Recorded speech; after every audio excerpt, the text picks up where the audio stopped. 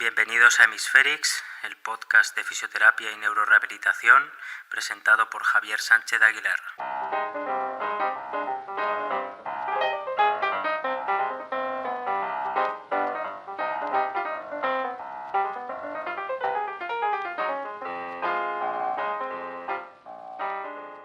¿Sabías que cada vez más personas de menos de 50 años sufren un ictus? Lo que antes era y sigue siendo una enfermedad de personas mayores, hoy también está afectando a adultos jóvenes. Y una de las causas puede ser algo tan cotidiano, sobre todo para los que vivimos en ciudades grandes, como es el estrés.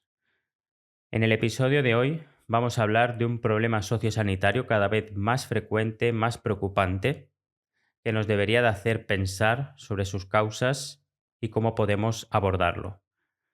Se trata del ictus en jóvenes y cómo el estrés, en particular, puede ser un factor crucial para su aparición, ya que cada vez más los médicos y los terapeutas que trabajamos en neurología nos estamos dando cuenta de que hay más pacientes jóvenes con ictus. Desde aproximadamente el año 2015 se ha observado una desaceleración en la reducción de muertes por ictus, gracias a la medicina, y en cambio un aumento en la incidencia de esta enfermedad en personas de mediana edad, con un incremento más pronunciado en mujeres. Entre las razones subyacentes, los expertos destacan factores de riesgo emergentes propios del siglo XXI, incluyendo el estrés crónico, además de los factores clásicos como la hipertensión, la diabetes, el tabaquismo o el sedentarismo. Es cierto que cuando estudiamos el ictus siempre nos explican o nos dicen que existen las malformaciones arteriovenosas o los aneurismas, que son mayormente genéticos y que a veces se diagnostican de forma azarosa al realizar una prueba diagnóstica para otra cosa y por tanto hay más margen para intervenir a tiempo. Otras veces nos encontramos con hemorragias espontáneas en el cerebro que nos pillan por sorpresa, por mala suerte, que solemos decir, porque probablemente la persona no tenía ningún factor de riesgo cardiovascular clásico. Seguro que os viene a la mente algún paciente joven que ni fumaba, ni tenía diabetes, ni hipertensión, hacía ejercicio físico regularmente y aún así tuvo la mala suerte, decimos, de tener un ictus. ¿Qué dicen los datos sobre las malformaciones arteriovenosas y los aneurismas cerebrales en personas jóvenes? En España, ambos son poco frecuentes, afortunadamente, pero representan una causa importante de ictus hemorrágico en adultos jóvenes. La hemorragia subaracnoidea, por rotura de un aneurisma, supone alrededor del 5 al 10% de los ictus, y aunque suele darse entre los 30 y los 60 años, también puede aparecer antes, sobre todo si ya le añadimos tabaquismo, hipertensión o antecedentes familiares. Los aneurismas no rotos, que se llaman, afectan entre el 1,5 y el 8% de la población, pero solo un pequeño porcentaje de alrededor del 2 al 4% se detecta en jóvenes. Cuando se rompen, provocan cuadros graves y potencialmente mortales. Las malformaciones arteriovenosas son todavía más raras, con una prevalencia cercana al 0,01%, para que os deis cuenta, pero en los menores de 40 años su peso es mucho mayor. Hasta un 70% de las hemorragias cerebrales espontáneas en este grupo se deben a estas malformaciones vasculares. En resumen, los aneurismas predominan en adultos de mediana edad, especialmente mujeres, mientras que las malformaciones arteriovenosas son la principal causa de hemorragia cerebral no traumática en jóvenes. Ante un ictus hemorrágico en alguien menor de 40 años, la primera sospecha debería ser siempre una malformación vascular.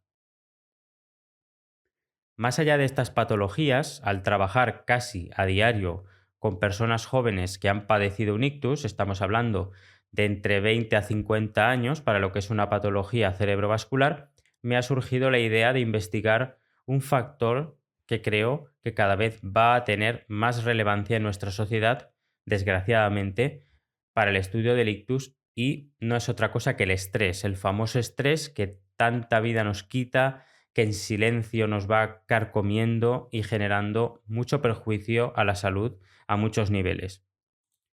El estrés, ya sea agudo en un momento concreto o crónico, mantenido en el tiempo, de índole laboral o no, cada vez se está estudiando más y entrando con fuerza en los estudios estadísticos y patológicos del ictus. Este es un episodio poco halagüeño, hay que decir, pero necesario para tomar conciencia de este factor de riesgo cerebrovascular tan silencioso.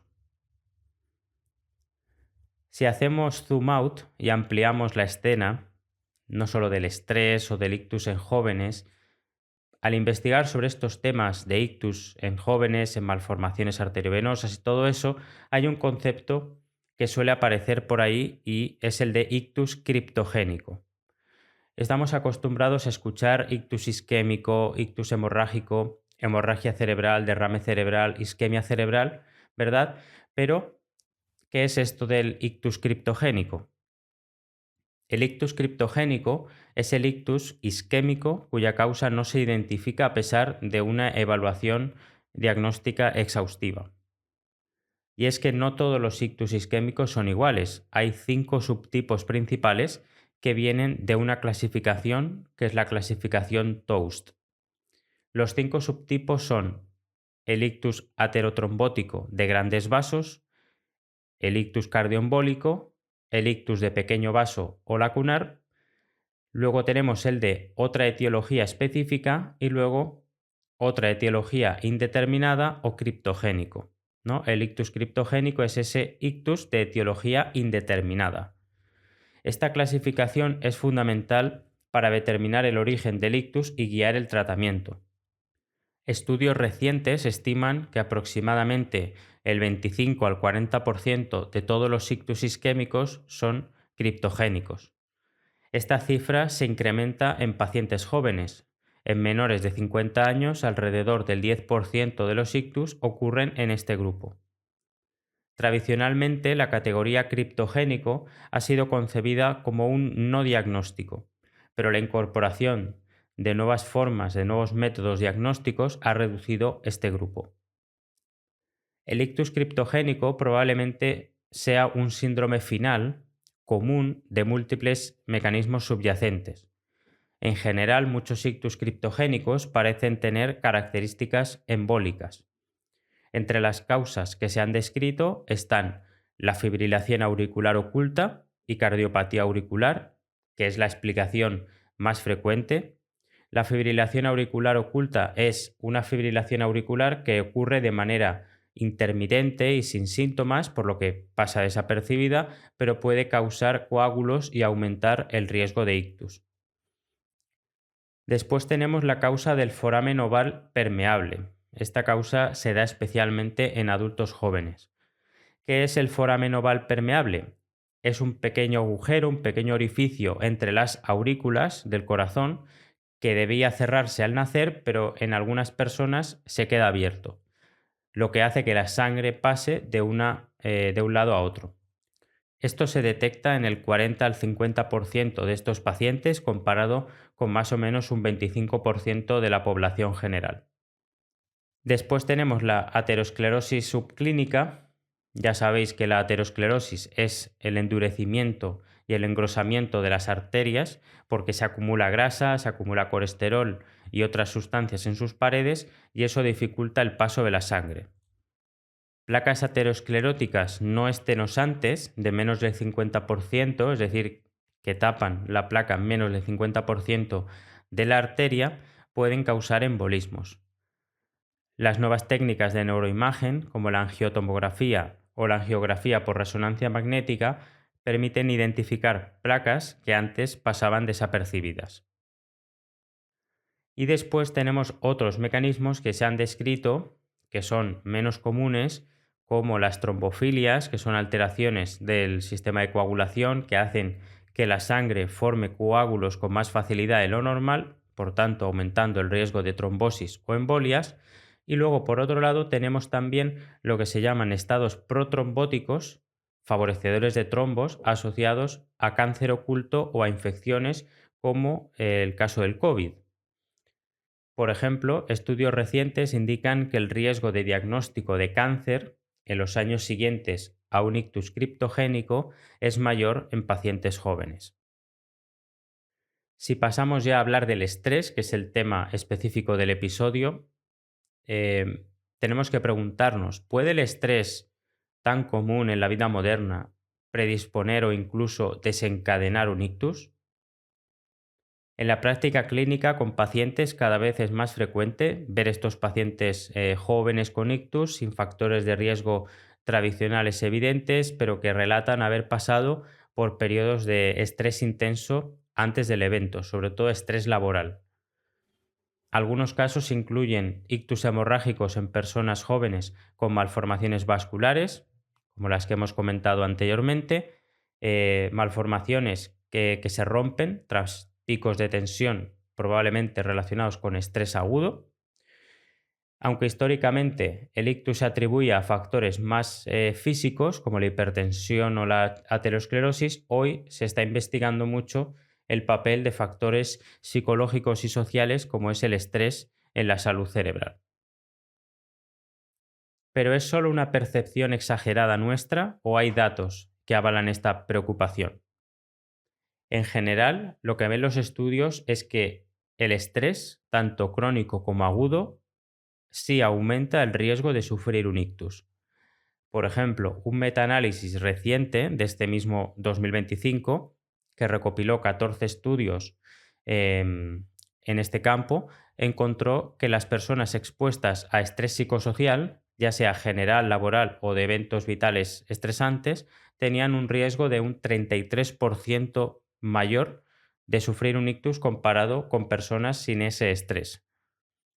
Además, el impacto podía ser mayor en ciertos subgrupos. El estrés se asoció a un aumento del 73% en el riesgo de ictus hemorrágico y aproximadamente 40% en ictus isquémico, e incluso con una diferencia por género, como veremos después, con un mayor riesgo en mujeres estresadas. Hablamos de casi el doble frente a los hombres. Un estudio destacado ya en España, en este caso en el Hospital Clínico San Carlos en Madrid, también concluyó que el estrés se asocia a un riesgo elevado de ictus. De igual forma, la Sociedad Española de Neurología subraya que hasta el 90% de los casos de ictus podrían prevenirse con hábitos de vida saludables, entre ellos mantener bajo control los factores de riesgo cardiovascular clásicos y el estrés crónico. Esto refuerza la idea de que el estrés no es solo un malestar psicológico, sino un factor más en el rompecabezas de la prevención del ictus. Algo importante a remarcar es el estrés laboral. Es un tipo de estrés muy estudiado en estos casos. La vida en el siglo XXI a menudo conlleva jornadas laborales largas, múltiples responsabilidades, un ritmo brutal, acelerado, que puede traducirse en estrés crónico. Para que veáis, la OMS ha advertido que trabajar 55 horas o más por semana, lo cual cada vez es más común, se asocia con un 35% más de riesgo de sufrir un ictus en comparación con trabajar 35 a 40 horas. Podréis pensar, ¿es legal eso? ¿Podemos diferenciar entre los autónomos, los que trabajan siendo autónomos o los que trabajan por cuenta ajena? Bueno, tened en cuenta que la sociedad actual, sociedad moderna, hiperconectada, trabajar no es solo las horas que estás en la oficina presencialmente o en un hospital. Es también fuera, es también el trayecto que tienes al trabajo, son cosas que hemos normalizado como fuera del horario laboral. Es no desconectar del trabajo, es la presión por la productividad, la incertidumbre económica, los casos complejos de tramas familiares que se suman, ¿no? Todas esas variables que al final generan una carga psicológica que antes no era tan prominente en la gente de 30 a 40 años. ¿Y cómo funciona el estrés? ¿Por qué mecanismos patológicos puede llegar a contribuir en tener un ictus? Es importante aclarar que el estrés por sí solo no rompe un vaso sanguíneo ni forma un coágulo, sino que más bien actúa como un factor subyacente que desencadena otros mecanismos de riesgo. El ictus no se produce directamente por el estrés, pero es una causa subyacente que puede provocar hipertensión, malos hábitos dietéticos, falta de sueño, que eso sí son 3 desencadenantes del ictus. En otras palabras, el estrés crónico perjudica la salud general de la persona y dispara varios de los factores de riesgo clásicos. Eleva la tensión arterial, altera el metabolismo, dificulta el buen sueño y puede llevar a hábitos poco saludables como fumar, beber o descuidar la dieta. Por otro lado, tenemos el estrés agudo, que tiene en cuenta también todo lo que tiene que ver con las emociones fuertes o los problemas en el momento, ¿no? Que pueden actuar como un gatillo inmediato de un problema cardiovascular o cerebrovascular, como es un ictus, en personas ya vulnerables. Un análisis del gran estudio Interstroke reveló que emociones intensas como la ira o la perturbación emocional aguda precedieron aproximadamente 1 de cada 10 ictus y se asociaron con un aumento del 37% en las probabilidades de cualquier tipo de ictus en la hora siguiente al episodio emocional. En particular, sufrir un arranque de ira o una alteración emocional intensa multiplicó por 2, más o menos, el riesgo de ictus hemorrágico en el corto plazo. Asimismo, realizar esfuerzo físico excesivo tuvo un efecto desencadenante específico sobre los ictus hemorrágicos, duplicando aproximadamente el riesgo de estos eventos inmediatamente después de la actividad intensa extrema. ¿Por qué ocurre esto? Ya lo conocemos seguramente. Tiene que ver con la respuesta al estrés del sistema nervioso simpático. El estrés agudo activa la respuesta de lucha o huida del cuerpo, aumenta la liberación de catecolaminas como la adrenalina, sube la presión arterial, acelera el corazón y provoca vasoconstricción. Si una persona tiene una arteria vulnerable, por ejemplo, un aneurisma cerebral o una malformación arteriovenosa, o tiene placas de ateroma inestables, aunque uno no se dé cuenta, ese pico súbito de presión y un ritmo cardíaco alto puede ser la gota que colma el vaso. Puede romper un vaso debilitado desencadenando una hemorragia o desprender una placa provocando un trombo, un coágulo que obstruya una arteria cerebral. Esto explica por qué situaciones de estrés intenso han sido identificadas como posibles desencadenantes inmediatos de ictus, especialmente de tipo hemorrágico. Además de subir la tensión arterial, el estrés mantenido en el tiempo también afecta a la sangre y a las arterias. Cuando el cuerpo está mucho tiempo activado por estrés, por las hormonas del sistema simpático y el cortisol, la sangre se vuelve un poco más espesa o propensa a formar coágulos.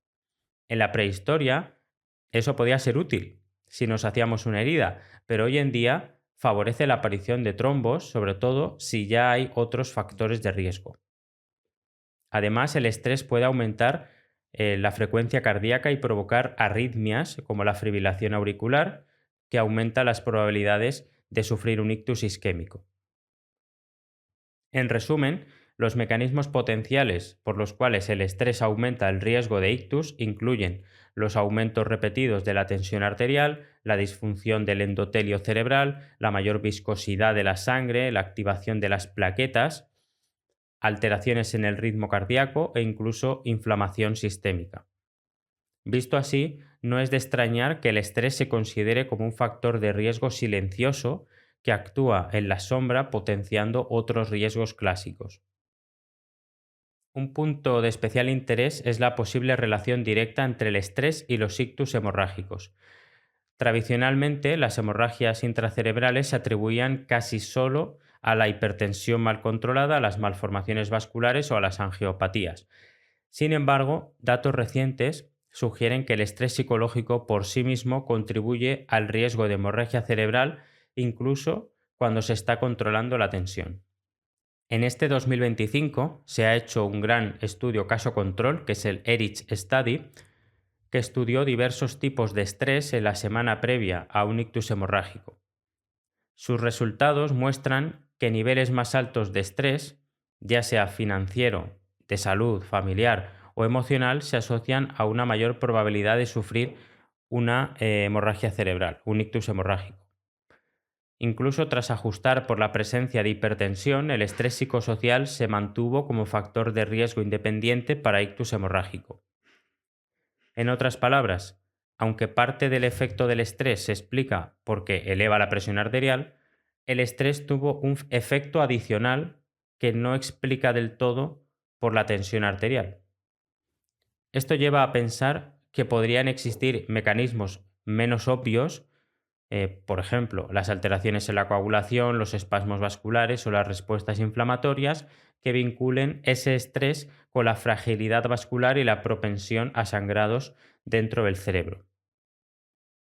Hay que aclarar que en pacientes con malformaciones arteriovenosas o aneurismas no hay estudios clínicos específicos que demuestren que el estrés causa la ruptura de estas lesiones.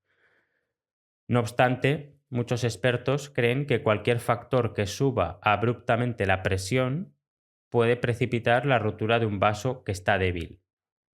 Las guías suelen recomendar a quienes tienen aneurismas sin operar que controlen mucho su tensión arterial y eviten situaciones de estrés extremo, precisamente para minimizar esos picos de presión. Así, aunque no podamos culpar al estrés como causa única de la hemorragia cerebral, sí puede actuar como un detonante en personas con una lesión vascular subyacente. Si tenemos la foto global del ictus en jóvenes, el estudio Interstroke que hemos comentado antes tiene otro estudio posterior con una gran investigación internacional que analiza por qué ocurren los ictus en distintas partes del mundo, incluyendo a miles de personas de más de 30 países. Dentro de ese proyecto, un grupo de investigadores estudió específicamente a los adultos jóvenes entre 18 y 45 años que habían sufrido su primer ictus y los comparó con otros de la misma edad sin antecedentes. Los resultados mostraron que los factores de riesgo clásicos, como la hipertensión, el tabaco, la obesidad, etc., son los más relevantes en esta población. La hipertensión fue el factor más determinante, tanto en los ictus isquémicos como en los hemorrágicos, aunque en estos últimos el abuso de alcohol tuvo un papel especialmente importante. Y entre estos factores también estaba el estrés. Y en resumen, el estudio demuestra que los jóvenes no están protegidos frente al ictus y que controlar estos factores desde edades tempranas puede marcar la diferencia. Seguimos avanzando en el episodio y al hablar de estrés también hay que preguntarse por el componente de género. Y nos podemos preguntar si afecta el estrés por igual a hombres y a mujeres y en relación a tener un ictus. Creo que es una pregunta interesante y los que vemos pacientes ya intuimos algunas cosas. Pero vayamos a lo que recogen los estudios. En general, algunos estudios sugieren que el estrés podría impactar más o de forma distinta en las mujeres en cuanto al riesgo de ictus. Una investigación publicada en 2025 en Neurology se centró en adultos jóvenes de 18 a 49 años con ictus isquémico y de causa no determinada, analizando el nivel de estrés autopercibido en el mes previo. Y vieron que solo en las mujeres jóvenes apareció una asociación significativa entre el estrés y el ictus, mientras que en los hombres jóvenes no se halló esa relación. De hecho, las mujeres que reportaron niveles moderados de estrés tenían un 78% más de riesgo de ictus que aquellas con poco estrés, incluso tras ajustar por factores como la tensión arterial, el consumo de alcohol y la educación. Curiosamente, el riesgo extra no fue tan evidente con niveles de estrés muy altos, lo cual podría deberse a sesgos o a que algunas mujeres con estrés extremo quizá no participaron en el estudio. Estamos hablando entonces de una diferencia de género importante. ¿Por qué podría ocurrir esto? Pues parece que aún no hay una respuesta definitiva. los investigadores plantean hipótesis que van desde diferencias biológicas en la respuesta al estrés hasta factores sociales. Hoy las mujeres sabemos que tienen que asumir múltiples roles, laboral, familiar, muchas veces de cuidados, que pueden traducirse en cargas crónicas de estrés mayores o sostenidas en el tiempo. Estadísticamente, se ha observado un aumento de la incidencia de ictus entre mujeres jóvenes y de mediana edad en las últimas décadas, coincidiendo con cambios sociales y laborales. Además, existen factores de riesgo exclusivos del género femenino, como la migraña con aura, ciertas complicaciones del embarazo, la menopausia precoz o el uso de anticonceptivos hormonales, que también pueden incrementar el riesgo vascular. El estrés podría interactuar con estos factores propios de las mujeres, amplificando el riesgo. Por ejemplo, una mujer joven con migraña o con problemas autoinmunes bajo mucho estrés laboral podría estar en una tormenta perfecta de riesgo para un ictus, incluso si no presenta los factores clásicos cardiovasculares de un hombre mayor, paciente tipo, ¿no? de ictus, hipertensión, diabético, problemas en la frecuencia cardíaca, etcétera, etcétera. Y llegamos a la parte final del episodio, en el que tenemos que hablar del estrés y la salud cerebral. La relación entre ictus y estrés, como veis, es un campo de plena expansión, está en plena expansión, es reflejo de cómo nuestra vida moderna, llena de prisas, de presiones laborales, de sobrecarga de responsabilidades, puede influir en la salud neurológica. El siglo XXI nos enfrenta al desafío de nuevos factores de riesgo que se suman a los clásicos: la contaminación, el estilo de vida y desde luego el estrés psicológico sostenido. La buena noticia, entre comillas, es que así como reconocemos el impacto del estrés, podemos intervenir sobre él. Al igual que controlamos la hipertensión con medicación o con cambios del estilo de vida, así como promovemos una dieta saludable, mediterránea, promovemos el ejercicio, pues también debemos fomentar la higiene mental, la gestión del estrés como pilares de la prevención del ictus y de otras muchas cosas, por supuesto. Esto implica medidas que son individuales y colectivas o sociales. ¿Qué puede hacer uno? Puede hacer técnicas de relajación, puede hacer meditación, puede hacer mindfulness, puede reflexionar sobre cómo gestionar su energía en un día, sobre poner límites en su trabajo, por ejemplo, sobre la cantidad de responsabilidades que puede asumir en el trabajo, en la repartición de los cuidados en su casa, con su familia, ¿no? Eso entra dentro de lo que uno puede hacer, por supuesto, en colaboración con los demás, pero luego tenemos también eh, lo global, ¿no? Lo que tiene que ver con un entorno laboral más saludable, con un equilibrio trabajo-familia, con un apoyo social, con un acceso a recursos de salud mental en la comunidad. Si hablamos de trabajo, específicamente, entender que las jornadas interminables y la sobrecarga laboral pueden cobrarse un precio a la salud. De ahí el título que he querido dar al episodio. Políticas que fomenten límites saludables, horarios razonables, descansos, desconexión digital fuera de horas, podrían reducir el riesgo de ictus. Ningún trabajo vale un ictus. Aprender a reconocer cuando vivimos bajo un estrés dañino y tomar medidas para mitigarlo es invertir en la salud de nuestro cerebro. En definitiva, cuidar la mente y las emociones es también cuidar del corazón y los hemisferios cerebrales del cerebro, una lección crucial para prevenir ictus en el mundo de hoy. Quizás el mayor reto del siglo XXI no sea vivir más años, como vemos en algunos documentales de Netflix, sino hacerlo con un cerebro menos estresado. Así que os agradezco muchísimo que hayáis escuchado este episodio, tanto si eres profesional de la salud como si eres una persona de a pie, ¿no? Un paciente o un familiar o una persona preocupada por estos temas. Espero que te haya servido, espero que nos haga tener conciencia sobre este problema, que ya digo, los que trabajamos con pacientes lo vemos más frecuente, nos cuenta sus historias y es cierto que a veces uno cae en la explicación de mala suerte, te ha tocado, ¿no? Pero otras veces tenemos estos factores que pueden ser modificables, ¿no? Al igual que como otros factores, los intentamos controlar y ya los asumimos, hay que añadir estos otros factores del siglo XXI, como el sedentarismo, como el estrés, la contaminación, que es otro gran tema, la verdad. Entonces espero que nos ayude a tomar conciencia sobre todo esto. Así que, sin más, agradecer como siempre a los mecenas de Patreon que me apoyan económicamente. Bienvenidos a los nuevos mecenas que se han incorporado. A los que os interesa algún tema específico, sabéis que podéis adquirir los PDFs por separado, no hace falta que os suscribáis. Si tenéis interés en un tema, lo podéis adquirir por separado. Así que nada, muchísimas gracias y nos vemos en el siguiente episodio.